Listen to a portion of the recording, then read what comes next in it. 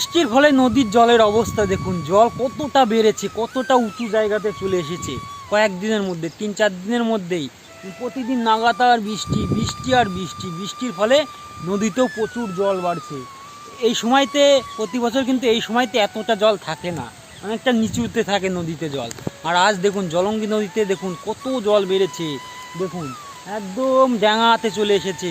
মনে হচ্ছে যেন এবছর মাঠে ঘাটে বন্যা হয়ে যাবে, কারণ প্রচুর নদীতে জল বাড়ছে আর বৃষ্টি তো হচ্ছেই নাগাতার। আর এই দেখুন এখন এই দেখুন প্রচুর জোরে বৃষ্টি চলে আসলো, বৃষ্টিতে এক মাঝে নাজেহাল অবস্থা।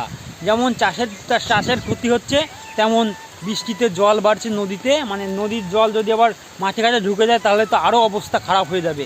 চাষিদের অবস্থা একদম খারাপ, কারণ এই যা বৃষ্টি হওয়া শুরু হয়েছে, মানে চারিদিকে জল তো মাঠে অলরেডি বেঁধেই আছে চাষের জমিতে, আবার যদি নদীর জল ঢোকে তাহলে অবস্থাটা একদম খুবই খারাপ হয়ে যাবে। এতটা পরিস্থিতি খারাপ হয়ে যাচ্ছে দিনকে দিন। প্রচুর জোরে বৃষ্টি চলে আসলো, সকাল থেকেই বৃষ্টি হচ্ছে, প্রচুর বৃষ্টি হচ্ছে।